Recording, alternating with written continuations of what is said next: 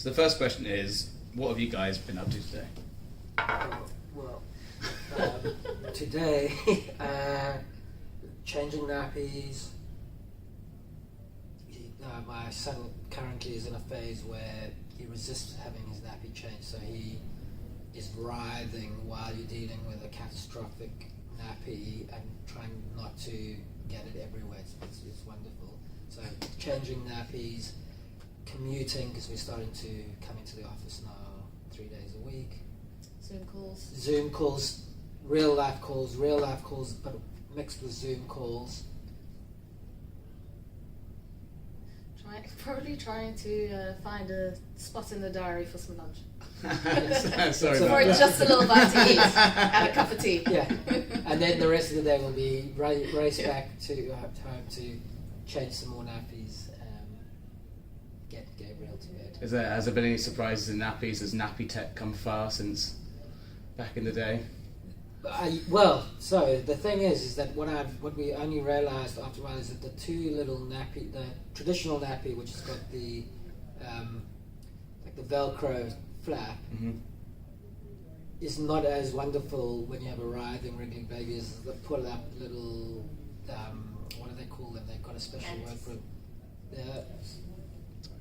They've got a word for them. I don't know. Anyway, they're more like regular pants. So you just distract him and get it on. Boom. Yeah, and he laughs loudly because to get them off you have to rip it, and he gets delighted by you going. Wow. So, that's the state of nappy. That's my understanding of nappy technology. Yeah, cool. I like it. So, what are your guys' favourite spots of the last year? I think mine is probably Guinness Welcome Back, because it just captured the heart of the nation coming out of lockdown, and it was such a lovely way to bring to life that feeling of when you miss something, you see it everywhere, and of course using the iconic Guinness pint to see it everywhere and have that just that almost that confusing feeling of both being happy and sad and have that poignancy all at the same time. Yeah, I mean, I love Welcome Back for all those reasons. I also maybe my favourite one has been Hope Reef, with just the ambition and the audacity to just be able to regrow coral reef. You know, the idea, you know, just belief that once something is gone, it's gone forever. But to be able to grow it back and serve a message of hope and build a business around the sustainability of it is just great. And that outdoor can be a living, growing, regenerating piece of coral reef that is a billboard, but also a home for a 300% increase in fish coming back into the ecosystem that can just start to be adopted by governments all around the world. I think it's great. Yeah, stuff like that, because it's actually a real action, isn't it? It has that sort of extra pump. This one I wasn't sure what you guys were going to say because there's quite a few things going on. But what do you think is the biggest story in advertising right now? I think it's probably a tie. I think it's a tie. I think if you did a word cloud, you'd get the metaverse as one, and Web 3.0, and probably resource. Yeah, I think everybody's talking about resource. There's so much talent coming in and looking for talent and talent moving. It's just a very exciting sort of momentum behind people coming into the industry and getting people into the industry and growing it. It's wonderful, but also kind of a little bit. That's why I think everybody's talking about it, because it's challenging as well. Yeah, they were calling it like the Great Resignation, weren't they, for a bit and stuff like that. And I think then with the metaverse, everybody's trying to work out what it is. I think. Yeah, and how to use it, and how to use it for different clients, and just what it is. Yeah, I keep telling everyone it's basically just Club Penguin. Yeah, But it is. it's Second Life, right? Second Life's Yeah, been around yeah. for 30, 20 years It now. is so simple at the same time as it feeling very complicated, but it's not really. Mm-hmm.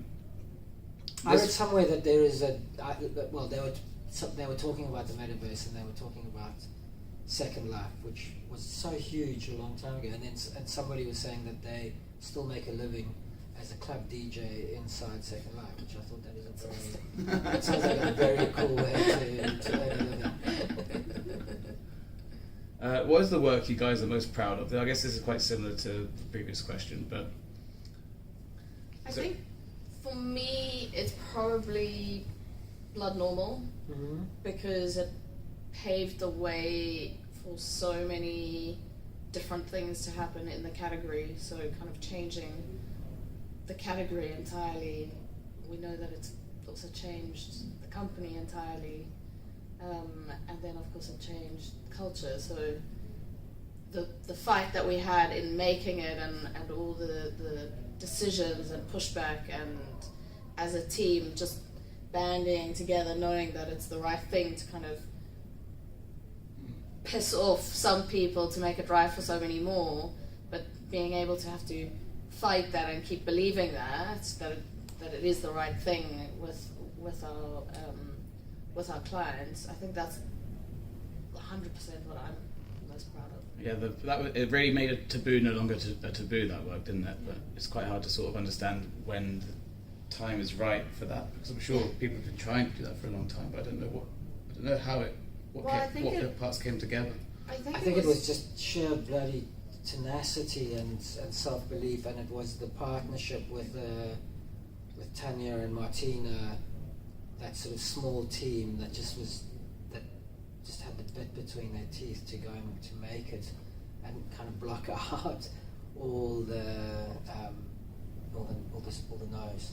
Mm-hmm. And being kind of just allowing it to live in the mainstream. I think that it takes a lot of guts as a client to say, we're backing this is what's right, and we are able to kind of shift the paradigm with it. And I think a lot of things and decisions and went into it to kind of make it come out the other side. Mm-hmm. And it was also 100% the most difficult thing we've ever worked on because of that, because the pushback at the time was so hard, and everyone was like, it's disgusting, what are you doing, are you crazy? I mean, literally from people next to us. It was such a bizarre, it's a pretty bizarre thing looking back at it now. It's also bizarre looking back at the ads where it was just like some weird blue goo that they were using instead. Exactly. But it's interesting when you say like the right time. I think that we were a little bit naive, because we thought the time would be a lot more right when we started doing it. We thought, no, its time has come, and the reaction was so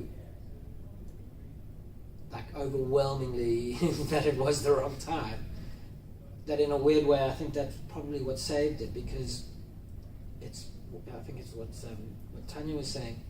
If it had just been about one or two of the scenes of the actual period, like maybe we would have gone ourselves, are we the ones that are a bit crazy? But because it was literally everything, you're not allowed to have the underwear, you're not allowed to have the blood, you're not allowed to have, the force of saying this is the wrong time was so strong that it made us realize that we had touched the taboo of such overwhelming power, that it made us just go, well, we're more determined than there were such ridiculous things that were being said no to that in any other context wouldn't be a problem at all. I mean, you wouldn't even blink at it, and that's when you kind of realize, okay, it's all tied up in such shame that you think that a pair of embroidered underwear is an absolute no-no and a furor that is going to kind of break out. It's very 50s, isn't it? Like very like super 50s. Totally. This one is a bit broad, and I'm sure there isn't one answer to this, but what is the secret behind Best Creative? think that it's. Are you talking about the qualities or just general? I would imagine the secret behind the best creative work would probably be a better way of putting it. I think that And the process to make great work, or what defines great work? probably the process. Probably right? the process, yes. Okay. I think the secret is probably not that secretive. I think that it's teamwork and collaboration between having the very best planner, the very best account team, the very best creatives, and everyone surrounding and making it. I think that because it's that idea doesn't just happen in a vacuum with one person, and I think that every single person in the team has a different point of view and is coming at it from a different angle, and to be able to build that work and shape that work is tough. So I think that emotionally also you need to have the resilience, the humor, and the tenacity to kind of shepherd it through the other side, because you can have an idea in a vacuum, but then you still need to make it and tell the story in the most beautiful way, and kind of convert that creativity throughout the process so that it comes out and is visceral and is interesting or iconic or inspiring and stunning. I think that it just takes so many people and so many things to be right. Mm-hmm. That's a very long-winded way of No, saying no, what the that's secret right. is. The other way I look at it is like you've got to make one big decision, get one big decision right, and then you've got to get a million little decisions right after that. You've got to get the right idea, and then craft it till it is beautiful. Mm-hmm. Cool. And this is the one we touched on earlier, so we can go back to it if you like, but it's the best creative about periods that wasn't womb stories. I think it would be Always Let Go. Mm-hmm. Even though it's not necessarily about periods, it's for periods, and I think that it was just one of the first big purpose-driven ads that talked about something that isn't right and how to make a wrong Mm-hmm. a right, and they put a stake in the ground for it. I think what's interesting about it is that they, even though they are a period brand, they didn't necessarily tackle the problems that surrounds their product, and I think that's probably something interesting to. Yeah, I think that the lack of self-confidence is a symptom of the taboo, but they did it in such a beautiful way that it's still, you can watch it today and it's still powerful. Mm-hmm. And it was we all knew about it, we all saw it, so it was probably just truly viral. It's good stuff. Yeah, it's awesome. Yeah, cool.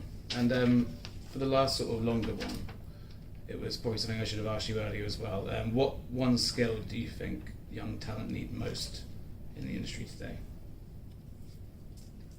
We probably like to think that it's curiosity. I think that. Ooh, Being- do we? Do we? What do No, you no, think? well, yes, it's possibly trying to compete with curiosity's resilience. Yeah, I do. But no, I think curiosity is better. Mm-hmm. I think you do need both, because you have to be curious enough on every single brief and with every single person that you surround yourself with to go deeper, push harder, which is coming back to resilience and having that tenacity. I think it's just finding things in different places and allowing an open mind to just go and sort and go and find, and how would you do this, and keep questioning over and over again until you find the answer and then I would buy that because keep if you're questioning. curious, you would be resilient. You would believe that there were other answers out there. You would believe that there were more than one way to solve a problem. Cool.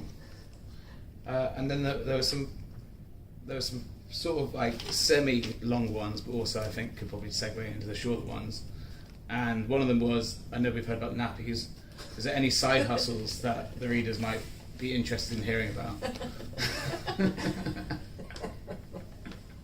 I mean, side hustle. I mean, trying to keep a 1-year-old fed and clothed and satisfied is quite a significant side hustle for me.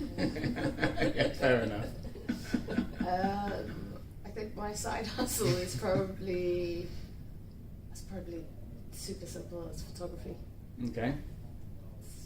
I study photography and just love also seeing how it's how other people see the world. There's always just a different perspective, and a personality shines through the way someone looks at something, and always it's like the art of looking sideways. There's always some way, another way of looking at something. It's just cool. try and find beauty in the world.